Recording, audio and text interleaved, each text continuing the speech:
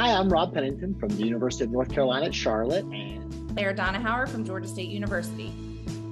Talk for a few minutes and try to quickly explain the project that we're working on. So this is Project Social Code, and really what we've done is we've developed a curriculum that for teaching STEM to kids with autism and other developmental disabilities, while also embedding social skills. So what we try to do is we took an established curriculum, and then we figured out how we can modify that to make sure it was more accessible in terms of STEM content, but also had embedded opportunities to teach social skills. And we also, we developed this social skills grid, which is a big part of the project. And that social skills grid took skills that we thought would help students kind of reach these important, maybe dispositions that are necessary for young engineers. And so we looked at problem solvers, we looked at making students contributors and team players. And so we thought, instead of it being kind of this deficit-oriented, like here are skills they have and don't have, we thought, how can we develop skills that would build towards those? And so our package had a curriculum, it had this social skills framework and some implementation guides. There were a lot of different materials, challenge cards. We had to make some adaptations to make sure to support students as they went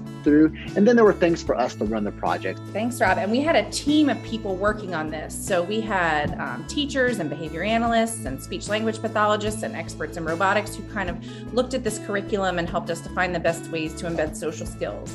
We also found that it was going to be helpful to have a lesson structure that was consistent throughout the curriculum. We included an introduction or review that was really heavy on the vocabulary that the students would need in order to be successful. We had a component of direct instruction on social skills, then followed by a direct instruction in coding skills.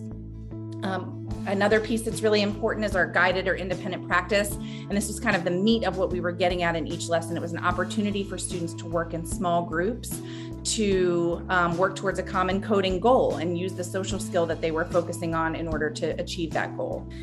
We concluded every lesson with a wrap-up that might have involved things like sharing something they found to be challenging or something they found to be that they were successful at that day. Over the past year, we did a 6-week pilot in 5 classrooms in Georgia and got lots of feedback and collected lots of data on the students and teachers and their experiences of using this curriculum. And there's some things that we learned.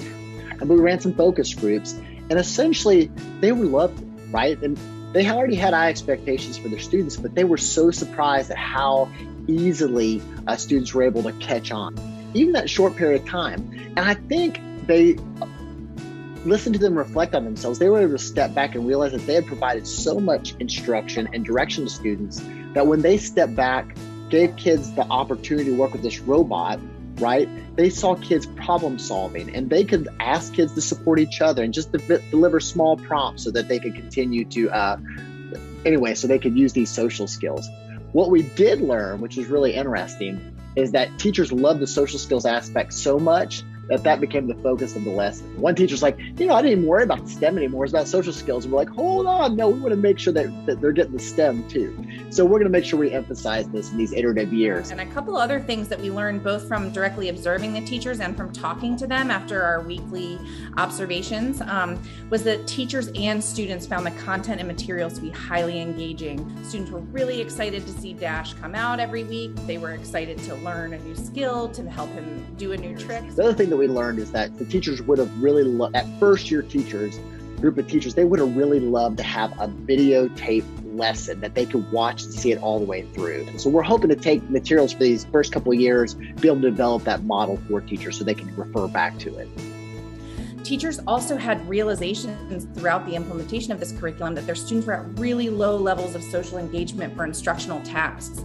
So they would comment on things like, oh, my students really engage well with each other during lunch or recess, but not in problem solving during an academic or instructional task. So it was really neat to see this come to life through the implementation of cracking the social code. And finally, a lot of our teachers, especially before the professional development, expressed some concern about teaching coding. I don't know if I'm equipped. I don't really know anything about coding, but they were really surprised by the ease with which they were able to implement this curriculum. So that is our overview of Project Social Code. You can access any of our materials for free on our website at www.projectsocialcode.com.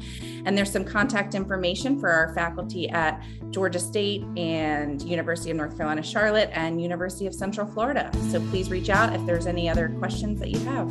Thank you.